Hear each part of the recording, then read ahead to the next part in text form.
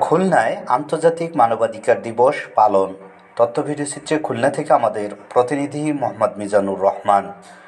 খুলনায় আন্তর্জাতিক মানবাধিকার দিবস পালন উপলক্ষে গতকাল সকাল 10টায় সোনাডাঙ্গা সিএম ক্যাশ এর অফিসের সামনে মানববন্ধন শেষে সিএম ক্যাশ এর অফিসে এক আলোচনা সভার আয়োজন করা হয়। সিডব্লিউএফ অ্যালায়েন্স, সিডব্লিউএফ সিএমকেএস ও দৈনিক প্রবাহ এর সার্বিক ব্যবস্থাপনায় দ্য ইউরোপিয়ান ইউনিয়ন এর অর্থায়নে ফ্রি প্রেস আনলিমিটেড আর্টিকেল 19 এর সহযোগিতায় আন্তর্জাতিক মানবাধিকার দিবস উপলক্ষে মানববন্ধন ও আলোচনা সভা অনুষ্ঠিত হয়। আলোচনা সভাপতিত্ব করেন সিএমকেএস এর নির্বাহী পরিচালক মোহাম্মদ আবুল হোসেন।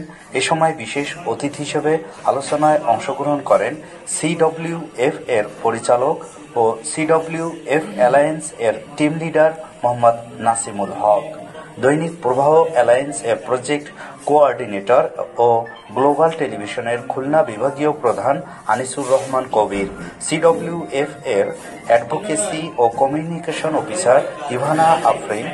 অনুষ্ঠানটির সঞ্চালনা করেন সিএমকেএস এর প্রজেক্ট কোঅর্ডিনেটর মোহাম্মদ মনিরুজ্জামান। উক্ত অনুষ্ঠানে খুলনার প্রিন্ট ও ইলেকট্রনিক মিডিয়ার সাংবাদিকবৃন্দ উপস্থিত ছিলেন।